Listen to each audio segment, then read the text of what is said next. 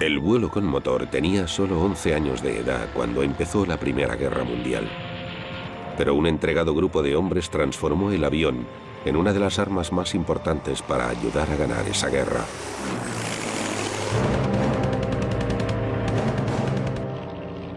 Algunos de los pilotos que volaron esas máquinas increíbles son recordados como héroes glamurosos. El mayor as de Alemania fue el aristócrata Manfred von Richthofen, el Barón Rojo.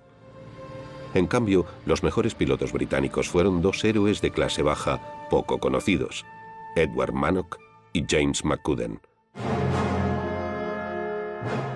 Les llamaban caballeros del aire, pero más allá del mito había una realidad brutal. No tenía nada de romántico. La mejor manera de matar a alguien era meterle una bala en la parte trasera de la cabeza antes de que supiera que te acercabas.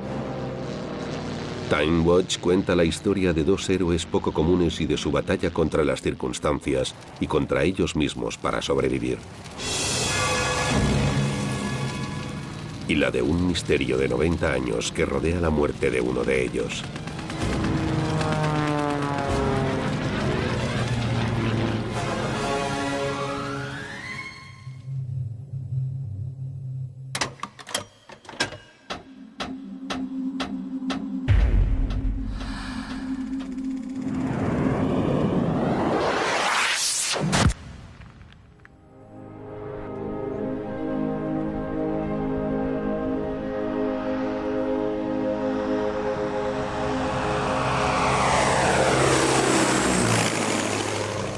Hace poco más de 90 años, las máquinas como esta, fabricadas principalmente con madera y tela, eran una de las armas de guerra más temidas.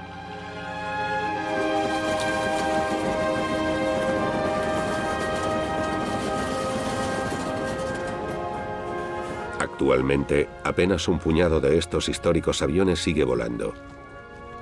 La mayor parte de ellos forman parte de la colección Shuttleworth, que se guarda en el aeródromo Old Wardon de Bedfordshire.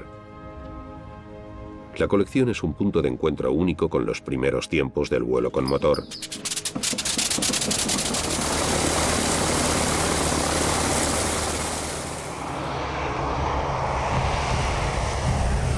En 1914, justo antes de que estallara la guerra, esta era la Fuerza Aérea Británica completa.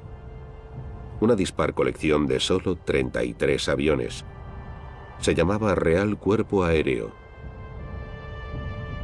Los encargados de los aviones de esa época eran una nueva clase de soldados, los mecánicos aéreos. Entre ellos se encontraba James o Jimmy McCudden, de 18 años de edad.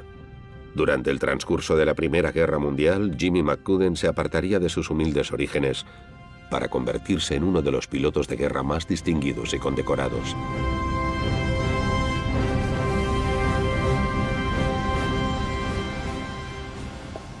En contra de las reglas militares, Jimmy McCudden guardaba un relato escrito de sus pensamientos y sentimientos más íntimos.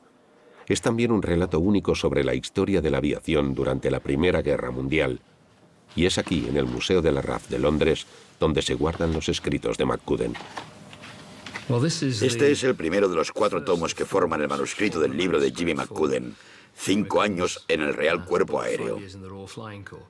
Está escrito en lápiz. Es un libro de ejercicios del ejército, igual que los otros 3 volúmenes. Páginas enrayadas escritas por él en lápiz con su pulcra letra. Y empezó a escribir. En una hermosa mañana de finales de abril de 1913, me hallaba muy contento con la vida en general. Jimmy McCudden provenía de una familia militar de clase baja. Como se diría hoy, había nacido en los barracones.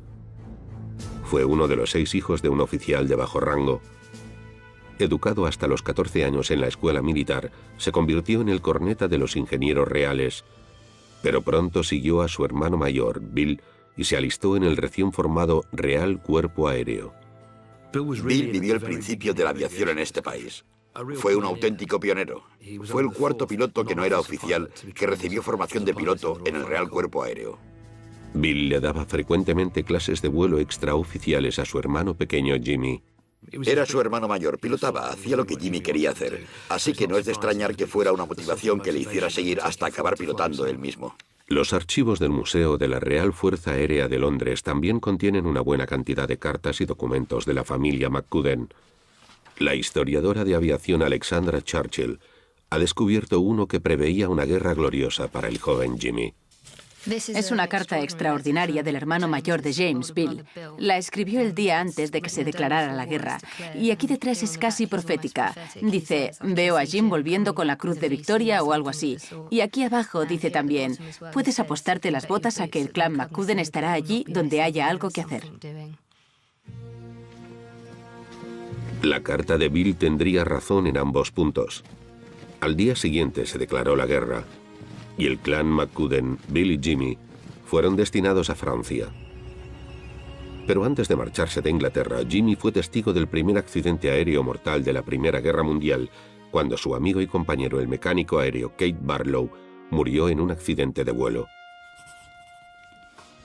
Oímos cómo se paraban los motores.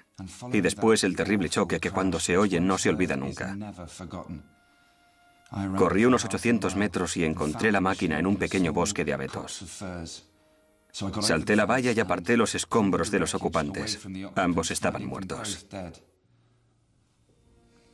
Nunca olvidaré esa mañana. Sobre las 6:30, arrodillado junto al pobre Keith Barlow y levantando la mirada al sol para después volver a mirar al pobre Barlow, que había muerto simplemente por las contusiones. Me pregunté si la guerra siempre sería así.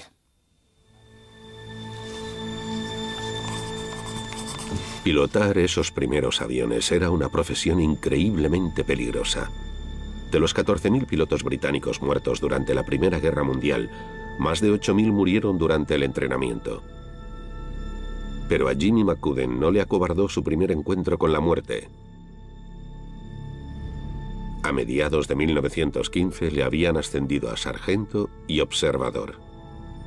Un paso más cerca de su sueño de convertirse en piloto. Jimmy voló como observador en aviones como este, endebles máquinas de 2 asientos que no estaban preparadas para luchar. De hecho, durante los primeros días de la guerra estaban completamente desarmados. La Marina y el Ejército veían el papel de la aviación al principio de la Primera Guerra Mundial como esencialmente de reconocimiento. Utilizando cámaras normales de placa de vidrio, los observadores se inclinaban a un lado del avión para sacar fotos del campo de batalla que tenían debajo. Estaban allí para observar. Estaban allí para observar al enemigo y localizarlo. Y la segunda parte de su trabajo era dirigir el fuego de artillería para destruir ese objetivo.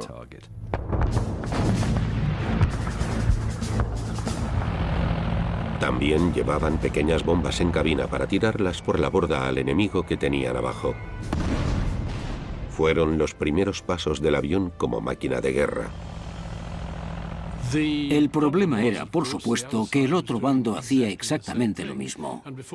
Y las tripulaciones de aviones rivales no tardaron en coger fusiles y pistolas y en dispararse unos a otros. Ningún ejército en el mundo podía permitir que los aviones de observación de artillería de sus enemigos cruzaran las líneas y les hicieran fotos para conseguir lanzar el fuego de artillería a sus trincheras. No podían dejar que ocurriera, tenían que detenerlos. Rápidamente se hizo evidente que los aviones necesitaban más que pistolas y fusiles para librar esta nueva batalla aérea. Guy Black restaura aviones antiguos. También tiene una extensa colección de armas aéreas de la Primera Guerra Mundial. Es igual que en la foto. La solución más fácil era adaptar un arma que ya se utilizara.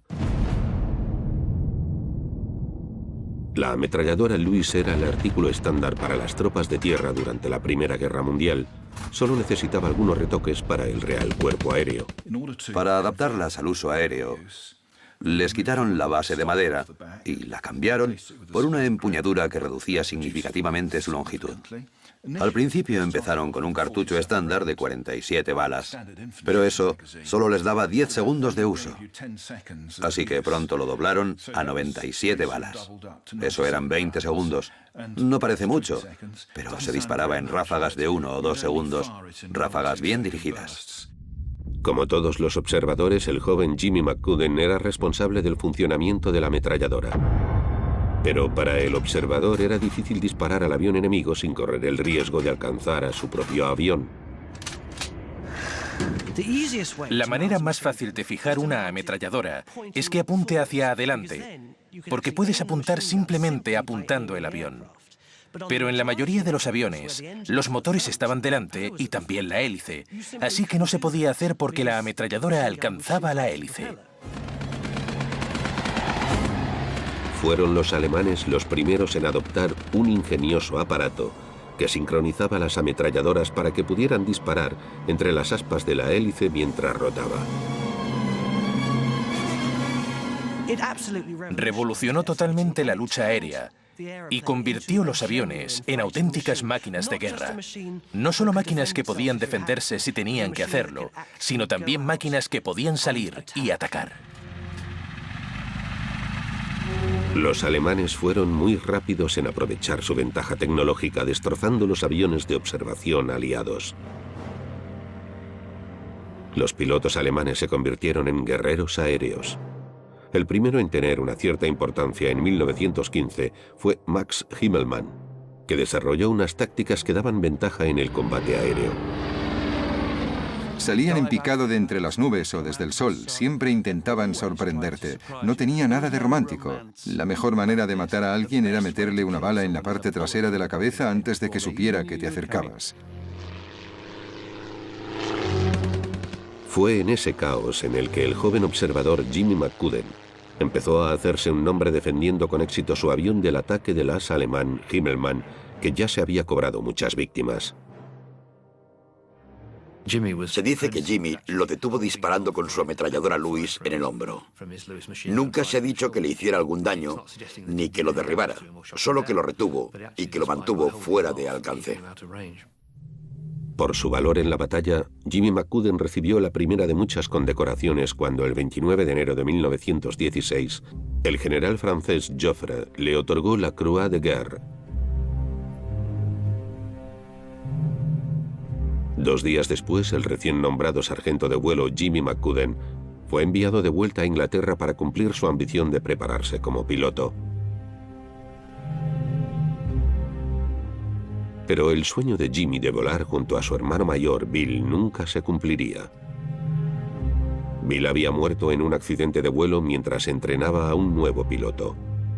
Fue el primer miembro de la familia McCudden en perder la vida en el Real Cuerpo Aéreo. Pero no sería el último. En sus memorias, Jimmy relató la muerte de su propio hermano con las anodinas palabras: "Supongo que así debía ser". En realidad, fue un golpe devastador.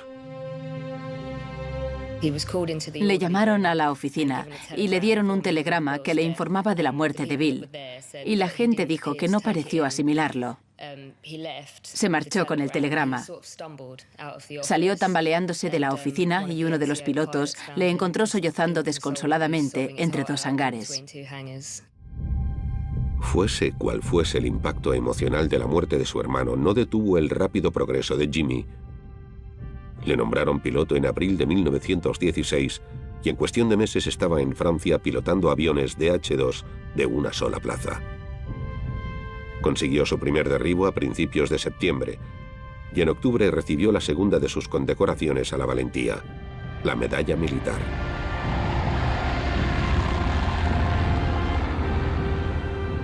McCudden iba perfeccionando sus habilidades, desarrollando una meticulosa atención al detalle que le convertiría en un piloto excepcional. Para principios de 1917 había conseguido 5 victorias y había combatido en el extranjero durante varios meses. Y le volvieron a destinar al Reino Unido como instructor. Viajaba por todo el país con otros pilotos de experiencia, dando clase en varios cursos, en varias escuelas de instrucción de tácticas de combate aéreo. Era allí donde los nuevos pilotos comprendían las técnicas de la guerra aérea. Una de las personas a las que Jimmy tenía que entrenar era su hermano pequeño, Jack. Era el tercero de los hermanos McCudden en unirse al Real Cuerpo Aéreo. Pero también debía instruir a un personaje extraordinario llamado Edward Manock, que, como Jimmy, iba a convertirse en uno de los pilotos de caza más eficaces y condecorados de la Primera Guerra Mundial. Manock y McCudden establecieron un vínculo muy cercano desde el principio, y Manock decía que McCudden le había salvado la vida durante la instrucción. Había hecho su primera barrena y recordó mis consejos, que en ese momento creo que eran poner todos los mandos en el centro y rezar una oración rápida. Manock era un ejemplo típico del joven irlandés impetuoso, y siempre me pareció que era de los de hacer o morir. Nacido en Irlanda, Edward Mick Manock, igual que Jimmy McCudden, provenía de una familia militar de clase baja. Pero ahí terminaban las similitudes. El padre de Manock había abandonado a la familia y se había llevado sus escasos ahorros, dejándoles en la pobreza. Manock abandonó la escuela a los 14 años. Trabajó como chico de los recados y en varios otros trabajos antes de entrar en la Compañía Telefónica Nacional, donde empezó a viajar. Cuando estalló la guerra, Manock, de 26 años de edad, estaba en Estambul trabajando como ingeniero telefónico. Turquía se había aliado con Alemania y sus aliados, y Manock fue detenido y sufrió privaciones y graves problemas de salud. En 1915 le liberaron y volvió a Gran Bretaña por motivos médicos. Le liberaron, principalmente porque las autoridades turcas supusieron que no sería un combatiente, que su salud era demasiado mala para que se recuperase y se uniese a la lucha contra los alemanes y sus aliados. De hecho, Manock se recuperó muy bien y se alistó en el Real Cuerpo Médico del Ejército. Pero ansioso por vivir algo de acción, se pasó al Real Cuerpo Aéreo, donde se tituló como piloto y le destinaron a Francia. A sus 29 años, Mick Manock tenía unos 10 años más que la media de los pilotos del cuerpo en el que se alistaba. También tenía más mundo, lo que al principio causó algunas fricciones con sus compañeros oficiales. Cuando llegó allí, empezó con mal pie. Cometió el error fatal de sentarse la primera noche en la silla favorita del piloto que había muerto ese día. Era un hombre que no se parecía al piloto medio de su época. Era socialista, apoyaba la Home Rule irlandesa, provenía de un hogar roto. Era todas esas cosas que hacían pensar que no podía encajar en el ejército. Pero el Real Cuerpo Aéreo era una organización de gente ligeramente irreverente, que probaba una actividad nueva, una actividad que nunca se había llevado a cabo antes. Era algo ideal para alguien con el carácter de Manock. Aunque a sus compañeros Manock les pareciera demasiado presumido, su diario personal revela un carácter mucho más frágil. Lo interesante de su diario es lo franco que es a la hora de hablar de sus emociones. Y queda bastante claro que está casi petrificado por sus experiencias iniciales en el aire. Manock era muy diferente de McCudden, no hay ninguna duda, era un individuo nervioso.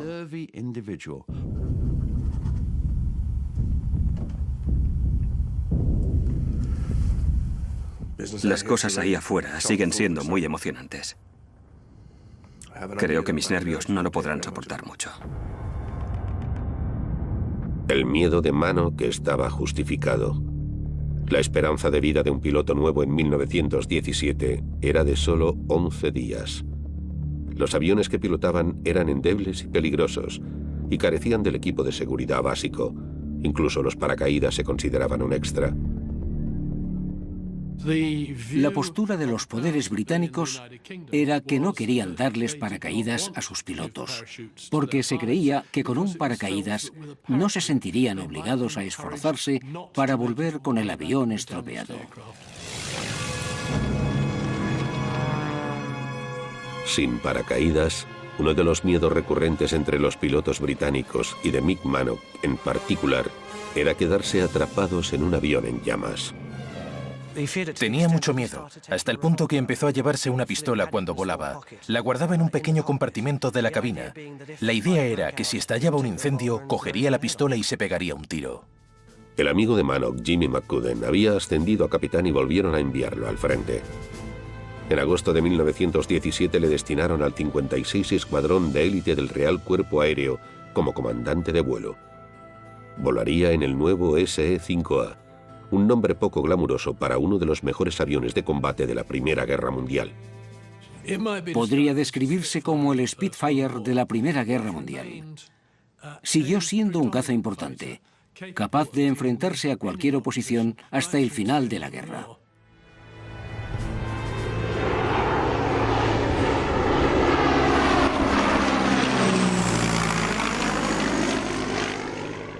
Fue en el SE-5A donde McCudden consolidó su reputación como el mejor piloto británico de la Primera Guerra Mundial. De estructura de madera y cubierto de tela, podía sobrevivir al ataque de otro avión. No hay gran cosa aquí, así que las balas podían pasar. El propio Jimmy McCudden habla de un combate aéreo. Al volver estaba totalmente ileso, el avión funcionaba y contó 120 agujeros de bala en los costados del mismo. En apenas 5 meses, hasta diciembre de 1917, McCudden derribó la asombrosa cantidad de 52 aviones enemigos, el 40% del total de todo el escuadrón, lo que le convirtió en el piloto más eficaz de Gran Bretaña. La táctica de Jimmy era la paciencia en la persecución. Le parecía que no tenía ningún sentido ser demasiado agresivo y cuando la munición se acababa, chocar el avión contra el enemigo. Así se perdía el avión y quizás también la vida. Ellos también perdían la suya, pero era 1 a 1. Nadie ganaba ventaja. No le parecía profesional. McCudden tenía otra ventaja.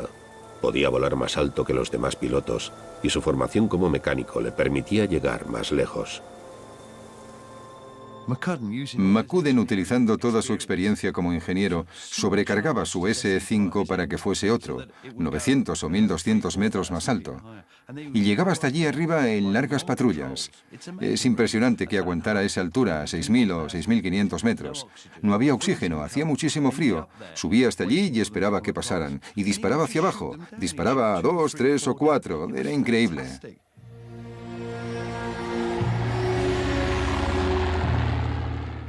Pero todo tiene un precio. Empezaba a sufrir. No se puede subir hasta esa altura. Se necesita oxígeno. Me sentía muy mal. No se debía a la altura ni a la rapidez del descenso. Se debía al intenso frío que experimentaba ahí arriba. Cuando bajaba un poco podía respirar más oxígeno. Y mi corazón latía con más fuerza. E intentaba forzar a mi sangre fría y lenta a circular demasiado rápido por mis venas. Juro que me sentía mal. Y cuando llegaba al suelo y la sangre volvía a mis venas, no puedo describirlo más que como un martirio. Mientras McCudden luchaba por superar las dificultades físicas de volar a gran altura, su amigo Mick Manock ganaba la batalla contra sus demonios. En el verano de 1917, Manock ya había recibido la Cruz Militar al Valor.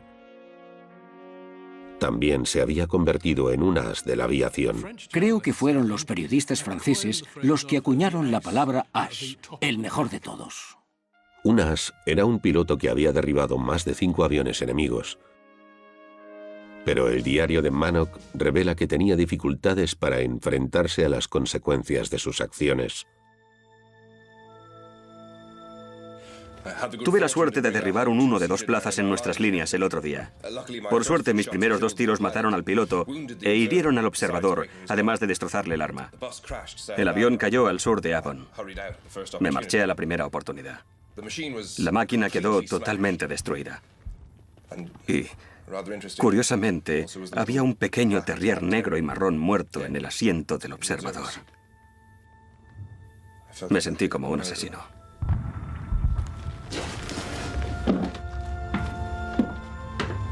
Pese a sus emociones, a veces contradictorias, Manock se estaba convirtiendo en un piloto de combate muy eficaz. Había entendido las tácticas. Ya sabía cuál era la manera más eficaz de derribar un avión alemán. Cómo volar desde detrás, desde el este.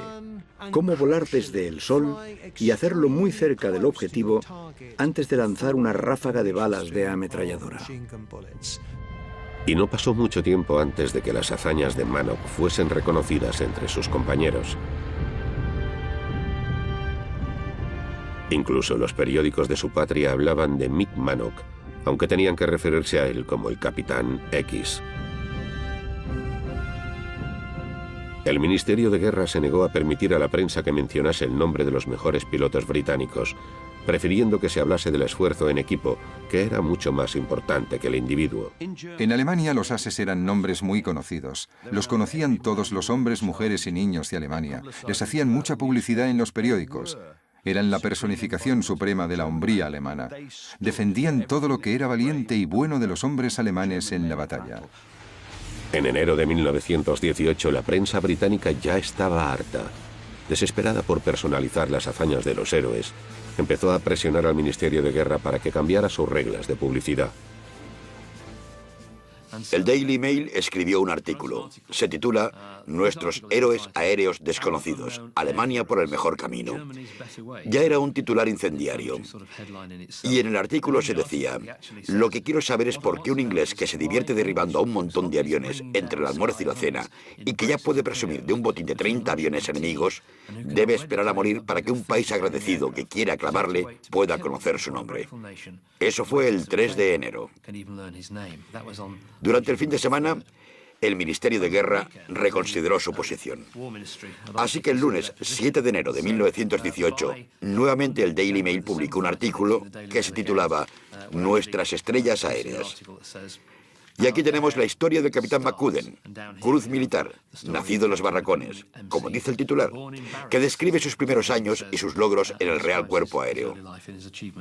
No solo le llamaban por su nombre, sino que contaban algo de él. Y en la parte de atrás del periódico hay también una foto de él por primera vez. Así que la gente podía al fin saber su nombre y también ver el aspecto que tenía. Para Jimmy McCudden la publicidad no fue bienvenida. Esta es la carta que Jim le escribió a su hermana Kitty el día que su nombre se hizo público en el Daily Mail. Le preguntaba si había visto todas esas tonterías sobre él en el periódico. Y también le decía: bajo ningún concepto enviéis ningún detalle sobre mí ni ninguna foto a los periódicos, ya que eso hace que sea muy poco popular entre mis compañeros. La modestia de McCudden era increíble, ya que cuando se había marchado de Francia a Gran Bretaña en marzo de 1918, Jimmy ya había conseguido 57 victorias, lo que le convertiría en el piloto más eficaz de Gran Bretaña. Pero la guerra se estaba cobrando un terrible precio sobre la familia McCudden. Jimmy recibió la noticia de que su hermano pequeño, Jack, a quien había ayudado a instruirse como piloto, había muerto en combate. El segundo del llamado clan McCudden en morir. Mientras se recuperaba del impacto de la pérdida de su hermano, McCudden iba a recibir otra noticia inesperada. Por su evidente valor, su perseverancia excepcional y su gran dedicación, le concedieron la mayor condecoración británica, la Cruz de Victoria. No había un hombre vivo más orgulloso que yo cuando el 6 de abril fui al Palacio de Buckingham. Siempre recordaré cómo el rey me dio las gracias por lo que había hecho.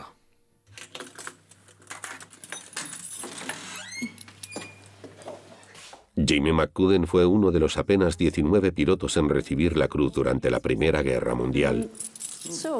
Antes de tocar la cruz, por favor, póngase los guantes. Gracias. David Roland ha venido al Real Museo de Ingenieros en Chatham, el pueblo de McCudden, donde se guarda su Cruz de Victoria. Esta es la Cruz de Victoria original de McCudden. Gracias. ¡Qué momento! Había leído sobre esto. Había oído muchas cosas a lo largo de todo el trabajo que he hecho y todos mis estudios sobre McCudden. Es un auténtico privilegio poder cogerla. Es maravilloso, sí. Aquí en la parte de atrás está, como debe ser su nombre, Teniente Capitán Temporal J.B. McCudden, Orden de Servicio, Cruz Militar, Medalla Militar, una lista general y el Escuadrón 56 del Real Cuerpo Aéreo. Es una maravilla y un privilegio. ¿Sabe qué ocurrió cuando recibió esto? Ese día, el 6 de abril de 1918, fue al palacio a recibir la Cruz de Victoria. Pero el rey no solo le dio eso, sino también 2 órdenes de servicios y una barra para su cruz militar. Así que se marchó con todo un muestrario de medallas en solo una presentación. Pese a su emoción, McCudden fue modesto sobre su condecoración y fue solo al Palacio de Buckingham, sin decirle a su familia que habría una investidura.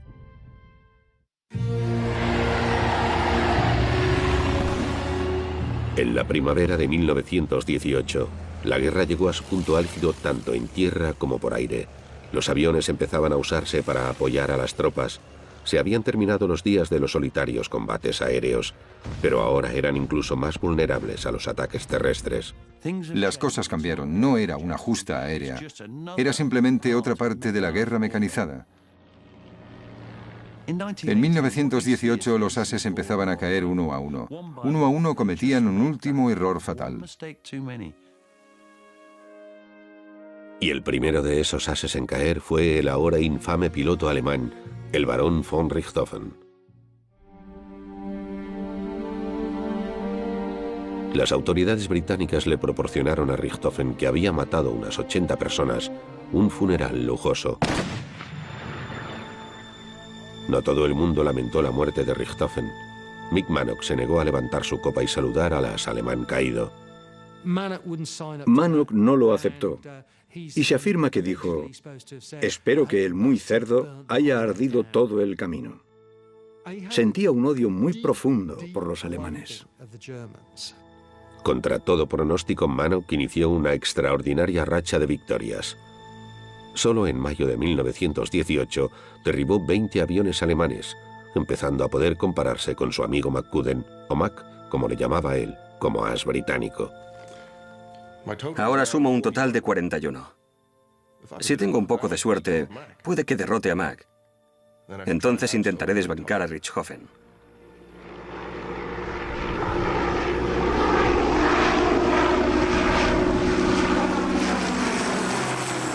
Parecía que Mannock lo conseguiría, ya que McCudden había pasado 3 meses lejos del frente occidental, enseñando combate aéreo a nuevos pilotos británicos. McCudden estaba desesperado por volver a la línea del frente en Francia, pero las autoridades no tenían muchas ganas de dejarle marchar. Teniendo en cuenta que era famoso y que el ministerio había decidido dejar que la gente supiera quiénes eran sus héroes, querían utilizar a esos héroes de un modo constructivo para mejorar la moral y el ambiente en su país. Así que creo que llegaron a la conclusión de que estarían muy contentos si él no volvía, porque no querían perderle. Él tenía la intención de volver a Francia y hablaba de los hombres a los que había dejado allí, que seguían luchando y muriendo por el país, y quería volver a unirse a ellos. Al final, el Ministerio de Guerra cedió y ofreció a McCudden el mando del 85 Escuadrón de Élite. Pero en un movimiento extraordinario, el escuadrón le rechazó.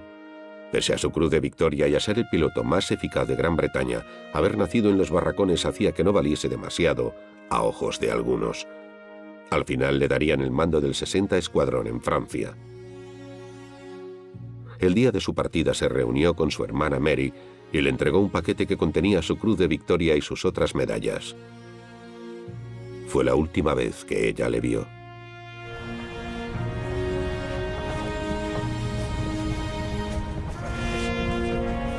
A primera hora de la tarde del martes 9 de julio de 1918, Jimmy McCudden recogió su novísimo SE-5A en el aeródromo de Hounslow, en Londres, y partió hacia Francia, donde su nuevo escuadrón estaba destinado.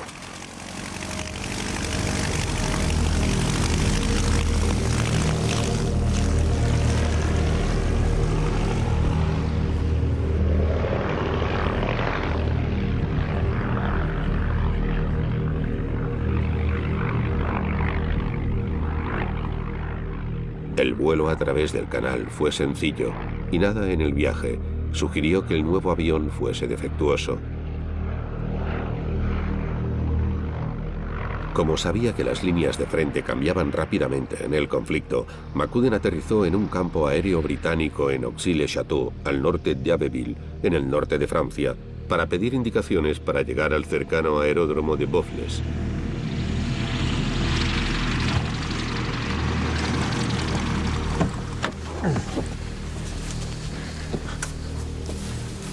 Bonjour, monsieur. Bonjour. Je m'appelle Mike. Mathieu de France. Ah, bon plaisir. El historiador de aviación y antiguo piloto Mike O'Connor ha estudiado los relatos de los testigos y puede describir todo lo que ocurrió ese día.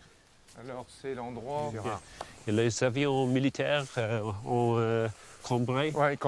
Oui. Este campo es propiedad de la familia de Mathieu de France y hasta ahora no sabían que durante la Primera Guerra Mundial había sido un aeródromo de la RAF. Fue en este campo donde McCudden aterrizó. Bien, Matthew. Esta es la única foto que se conoce del campo aéreo de Oxy-le-Château. Estamos aquí. Los hangares estaban junto a ese borde del bosque. Y aquí hay una línea con algunos aviones. McCudden aterrizó aquí y los dos oficiales de guardia vinieron a hablar con él. Y le dieron indicaciones sobre el lugar donde debía ir Buffles. McCudden rodó por la pista y volvió a despegar.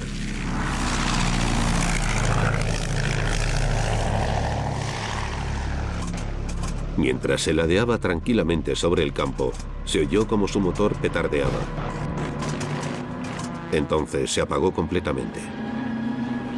El avión cayó en picado en el bosque cercano al campo aéreo.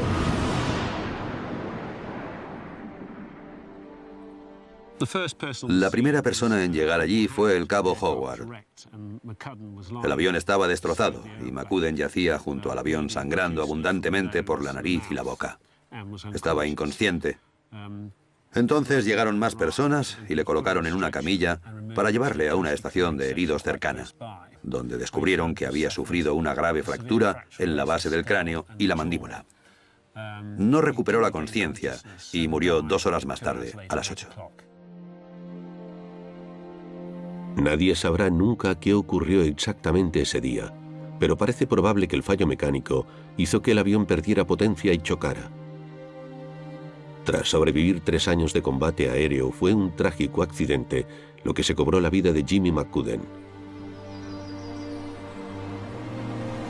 Al día siguiente, a unos cuantos kilómetros del lugar del accidente, McCudden fue enterrado en el diminuto cementerio militar de Wabans.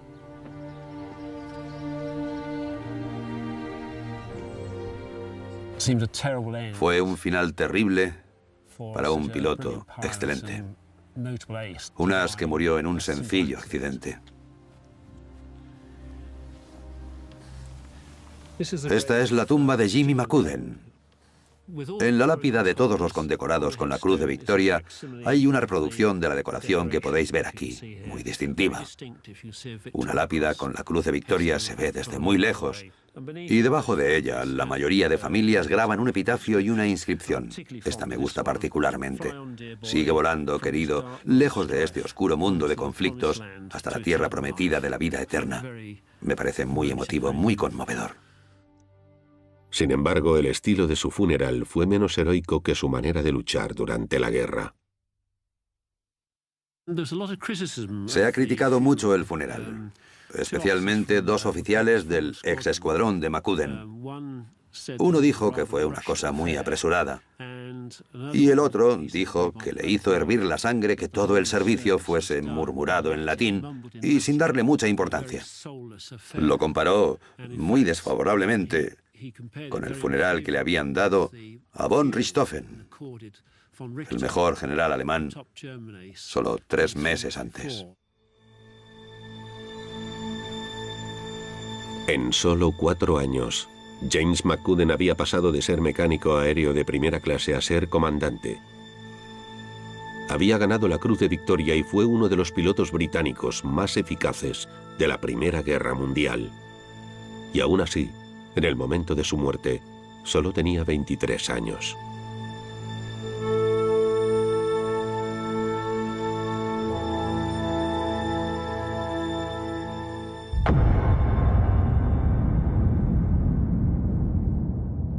La muerte de Jimmy McCudden fue un duro golpe para su amigo Mick Manock, que juró vengarlo. Para entonces, Manock casi había igualado las victorias de McCudden, pero sus demonios iban tomando el control de su mente. Estaba dispuesto, pero su mente estaba empezando a fallarle. Y hay una historia horrible.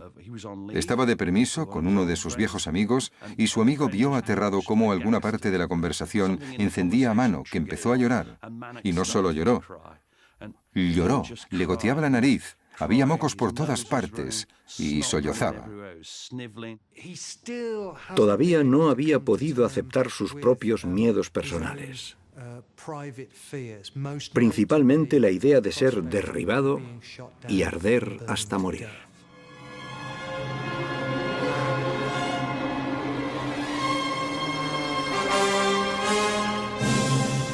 Sin embargo, en público, Manock continuaba siendo un líder muy carismático y por su valentía recibió la Orden de Servicios en la primavera de 1918, no una, sino 3 veces en poco más de un mes. Tenía entre sus compañeros una reputación excelente. Y era una contradicción, porque personalmente era un individuo torturado. Las cosas se están volviendo un poco intensas últimamente. A veces siento que la vida no vale la pena.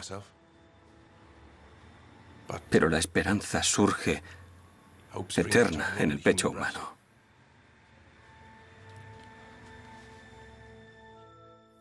Parecía que Manock tuviera ganas de morirse. Cada vez volaba en más y más misiones. Cada vez corría más riesgos. Volaba bajo como señuelo. Empezó a romper sus propias reglas. Quería matar a más alemanes. Quería estar ahí fuera con sus compañeros del escuadrón. No hay ninguna duda.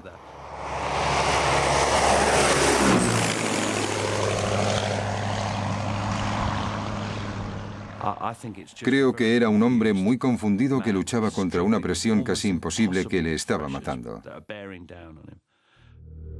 La mañana del 26 de julio de 1918, apenas 3 semanas después de la trágica muerte de su amigo Jimmy McCudden, Mick Manock se marchó de patrulla. Con él iba un neozelandés de 24 años, Donald English, un piloto sin experiencia que no había derribado nunca a nadie. Buscaban un avión de observación alemán que durante los últimos días había estado molestando a las tropas británicas en las líneas del frente cercanas a Merville. El plan de Manock era darle al principiante English la oportunidad de derribar su primer avión. No tardó mucho en encontrar al avión alemán. En cuestión de segundos, Manock se puso detrás del avión enemigo. Disparó una ráfaga que mató al observador. Entonces se movió a un lado para permitir que English terminara el ataque. El avión alemán cayó al suelo envuelto en llamas.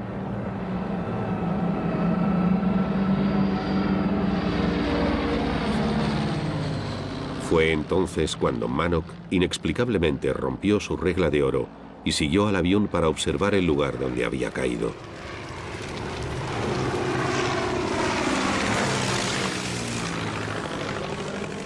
Lo que hizo fue una estupidez increíble, un fatídico error.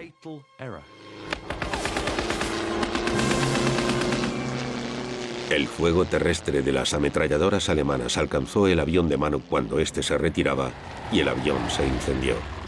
Con el avión en llamas, la pesadilla de Manock se había hecho realidad.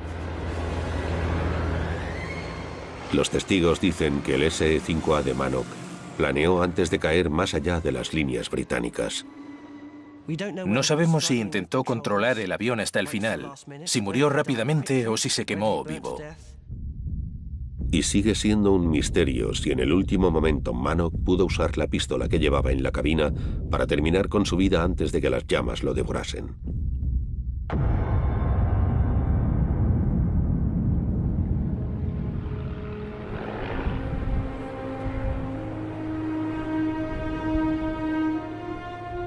Los 2 ases de la aviación británica de la Primera Guerra Mundial perderían la vida con 3 semanas de diferencia.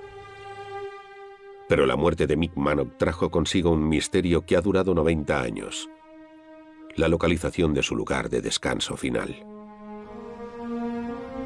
El escritor e historiador Andy Saunders ha venido a Francia a resolver el misterio.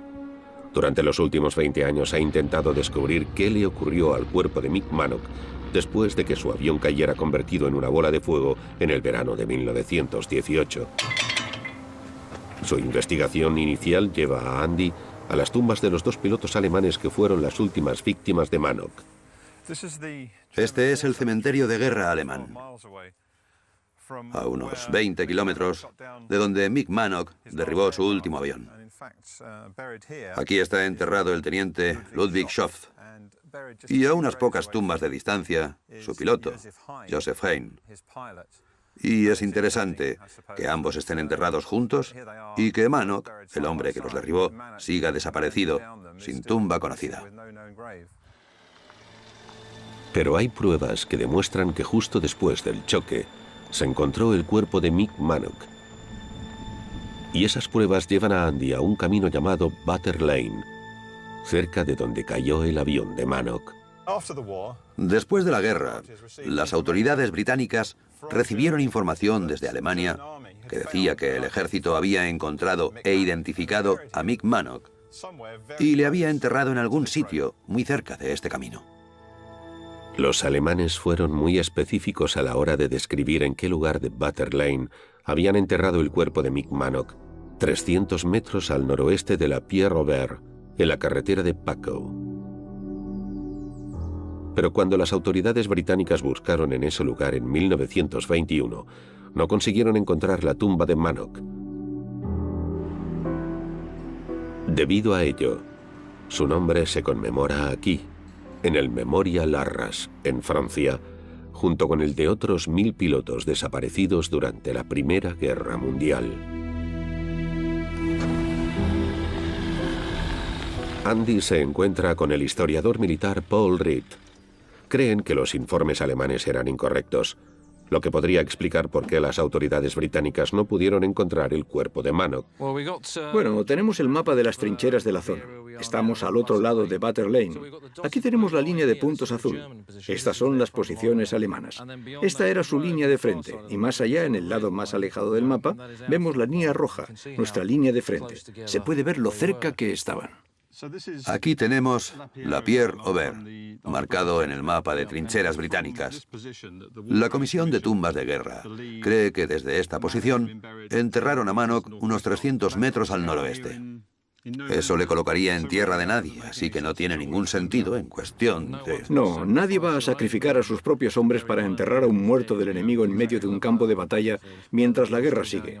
No tiene ningún sentido. Durante su investigación, Andy encontró otra intrigante información.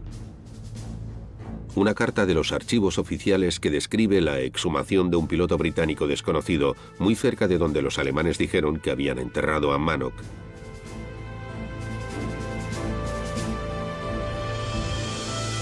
Utilizando la navegación por satélite y los mapas de las trincheras de la Primera Guerra Mundial, Paul Reed puede localizar la posición en la que se encontró y exhumó el cuerpo de ese piloto británico desconocido en 1920. Y si hacemos caso del GPS, estamos justo en este sitio. Dios mío, así que fue aquí. Sí, fue aquí. Estamos detrás de una trinchera alemana. Sí, hay una trinchera en forma de T al revés, y la tumba, como verás, está justo detrás de esa posición. Desde el punto de vista alemán, lejos de la observación enemiga, podían enterrar al hombre que habían encontrado entre los restos del avión. Sí, exactamente. Andy cree que este es un lugar mucho más normal para enterrar a Manock que en mitad de una tierra de nadie en un campo de batalla activo. A pesar de la proximidad de ambos lugares, las autoridades británicas siempre se han negado a aceptar que el cuerpo del piloto desconocido fuese el de Manock, simplemente porque no era allí donde los alemanes dijeron haberle enterrado.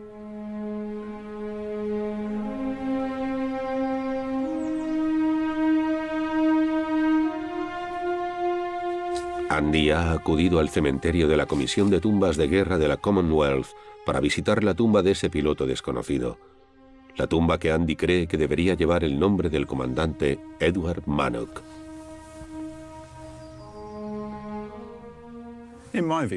Yo creo que esta debe ser la tumba de Mick Manock.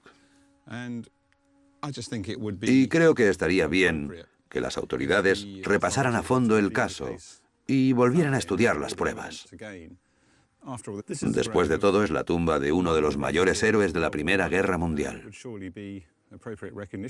Y sería un reconocimiento adecuado cerrar este tema y colocar una tumba con su nombre aquí.